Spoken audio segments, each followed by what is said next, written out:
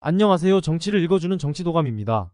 대통령이 수석 보좌관 회의에서 국방비서관으로부터 1사단 사망사고 관련 보고를 받으면서 이런 일로 사단장을 처벌하면 대한민국에서 누가 사단장을 할 수 있겠느냐며 경로하였다고 했습니다. 시청자 여러분, 시청 전 구독과 좋아요 부탁드립니다. 먼저 박정훈 증인 발언대로 나와 사건 개요에 대해 10분 이내로 말씀해 주시기 바랍니다.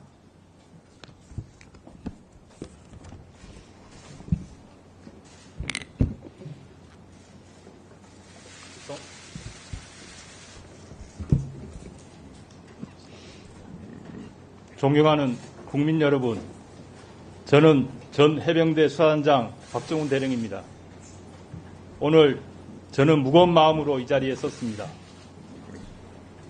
너희 죽음에 억울함이 남지 않도록 하겠다. 책임 있는 자에게 반드시 책임을 묻겠다. 이 말은 제가 고 최수근 시신 앞에서 다짐하고 약속한 말입니다. 시간은 무심하게 흘러 다음 달이면 최상병이 사망한 지 벌써 1년이 됩니다. 사건의 실체 진실은 규명되지 않고 있고 책임자 처벌은 요원하기만 합니다. 최근 최수근 상병 어머니의 편지를 보고 하염없이 눈물을 흘리며 죄송한 마음이 들었습니다. 누가 내 아들을 구명조끼 없이 물에 들어가게 하였는가? 누가 그 세찬 물살에 장화를 신게 하였는가? 편지 속 어머니의 질문은 작년 7월 28일 제가 남원에서 유가족 대상 수사 결과를 설명하였을 때 하신 말씀과 같습니다. 1년이 가까이 지났는데 아직도 어머니는 똑같은 질문을 하고 계시고 그 질문에 답하지 못하는 현실에 죄송하고 또 죄송합니다. 존경하는 국민 여러분, 작년 7월 19일 한 해병 병사가 순직하였습니다. 그는 우리 모두 알고 있는 최수근 상병입니다. 사고 발생 즉시 저는 해병대 수사단 소속 수사관들과 함께 낮과 밤을 가리지 않고 혼신을 다해 수사를 했고 그 결과를 해병대 사령관에게 보고하였습니다.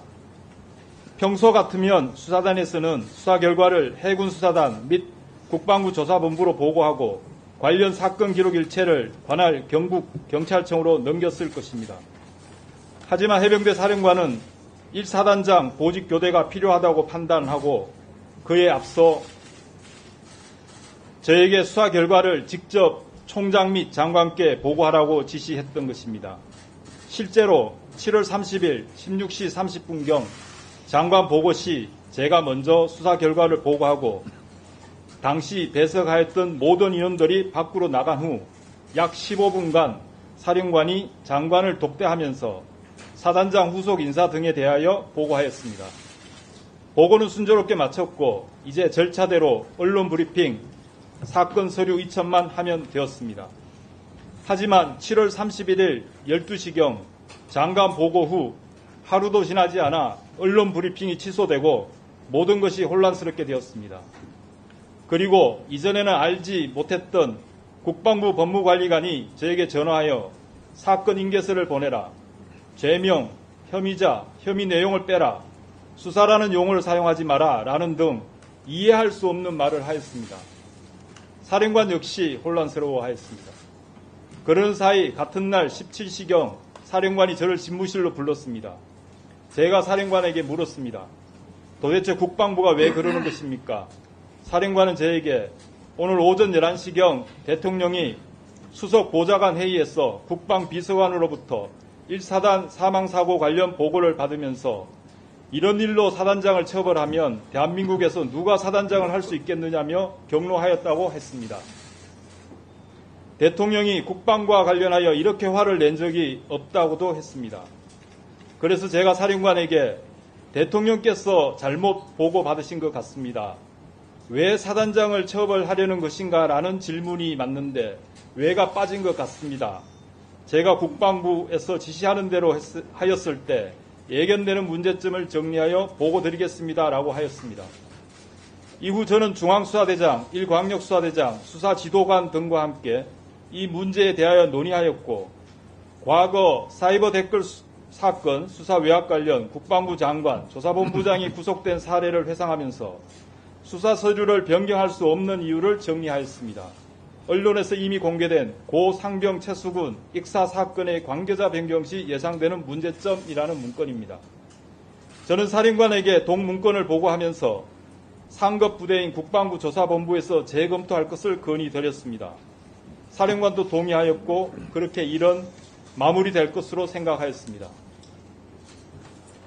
하지만 이후에도 법무관리관은 저와 이틀에 걸쳐 5회 통화하면서 혐의자, 혐의 내용 등을 빼라, 혐의자를 직접적 과실 있는 자로 한정하라는 등의 말을 하였습니다. 이제 와서는 법무관리관은 단순히 의견 제시를 하였다고 하지만 단순한 의견 제시라면 왜 이틀에 걸쳐 5회씩이나 통화할 이유가 없습니다. 심지어 법무관리관 또 자신의 발언이 위험하다고 느꼈는지 외압으로 느끼십니까? 라고 묻기도 했습니다. 국방부의 수사 외압은 사령관에게도 가해졌습니다. 이미 언론 보도된 것과 같이 차관과 군사보좌관, 법무관리관들이 사령관에게 확실한 혐의자는 형사처벌, 지책임자는 징계로 하는 것을 검토해달라. 7월 30일 장관 결재는 중관 결재로 하고 장관 귀국 시 재보고하라. 해병대는 왜 말을 하면 안 듣는 것이냐? 라는 등 전화와 문자를 하였습니다. 저는 사령관에게 수사서를 축소 왜곡하는 것은 대단히 위험한 일이고 직권남용으로 처벌받을 수 있다. 계획된 대로 경찰에 이첩하여야 한다고 수차례 건의드렸습니다. 이제 와서 생각해보니 사령관은 수사서류를 변경하라고 하자니 직권남용이 되고 그렇다고 국방부 지시를 거부하자니 항명이 될 것 같아 이러지도 못하고 저러지도 못하고 고민만 했던 것 같습니다. 군사법정에서 사령관은 7월 31일부터 이틀에 걸쳐 3차례 이첩 보류 명령을 하였으나 제가 이를 거부하였다고 합니다. 도대체 군에서 상관이 동일한 명령을 3차례 내린 이유가 어디에 있습니까? 백보양보하여 사령관이 이첩 보류 명령을 내렸고 제가 순응하지 않았다면 사령관은 저를 직무 배제하든지 적절한 지휘 조치를 하여야 하는 것이 사리에 맞는 것 아니겠습니까? 이런 답답한 상황은 계속 이어졌고 8월 2일 10시경 저는 사령관 집무실로 가서 최종적으로 제가 책임지고 이첩하겠다고 보고하였고 같은 날 10시 30분부터 경북경찰청으로 사건을 이첩하였습니다. 이후 언론 보도와 같이 저는 보직 해임되었고 집단 항명 수계, 구속영장 청구 등을 거쳐 현재 기소되어 군사재판을 받고 있습니다. 존경하는 국민 여러분, 저는 현재 사령부로부터 약 4km 떨어진 독립수경지 사무실에 격리되어 11개월째 아무런 임무 없이 출퇴근만 하고 있습니다. 모든 업무로부터 배제되고 부하들과의 자유로운 접촉도 차단된 상태입니다. 한 개인이 국가 권력을 상대로, 그것도 최고 권력을 상대로 이렇게 버틴다는 것은 기적 같은 일입니다. 매일 죽음 같은 시간을 보내면서도 제가 참고 견딜 수 있는 힘은 오로지 국민 여러분들의 지지와 응원이 있기 때문입니다. 이 자리를 빌려 진심으로 감사드립니다.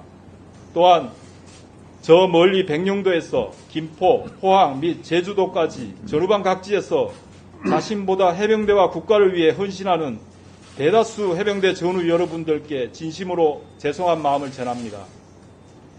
본의 아니게 해병대 명예가 실추되고 국민들로부터 조롱거리가 되는 모습에 너무 가슴이 아픕니다. 제가 사랑하고 청춘을 보낸 해병대가 어쩌다가 이렇게 되었는지 감히 국민 여러분께 청원합니다. 제가 아는 대한민국 해병대 대다수 지휘관들은 자신의 안위보다 부하를 살피고 솔선수범하며 책임을 다하는 충성스러운 해병들입니다. 부디 정의로운 해병대가 제자리를 찾도록 격려와 응원 부탁드립니다. 끝으로 한 말씀만 더 드리겠습니다. 이번 사건은 단순히 한 병사의 죽음에 대한 문제가 아닙니다. 내가 80평생을 살아보니 힘 있는 놈들 다 빠져나가고 힘 없는 놈들만 처벌받더라. 이 말씀은 수근이 할아버지가 수사 결과 설명을 하던 저에게 하신 말씀입니다.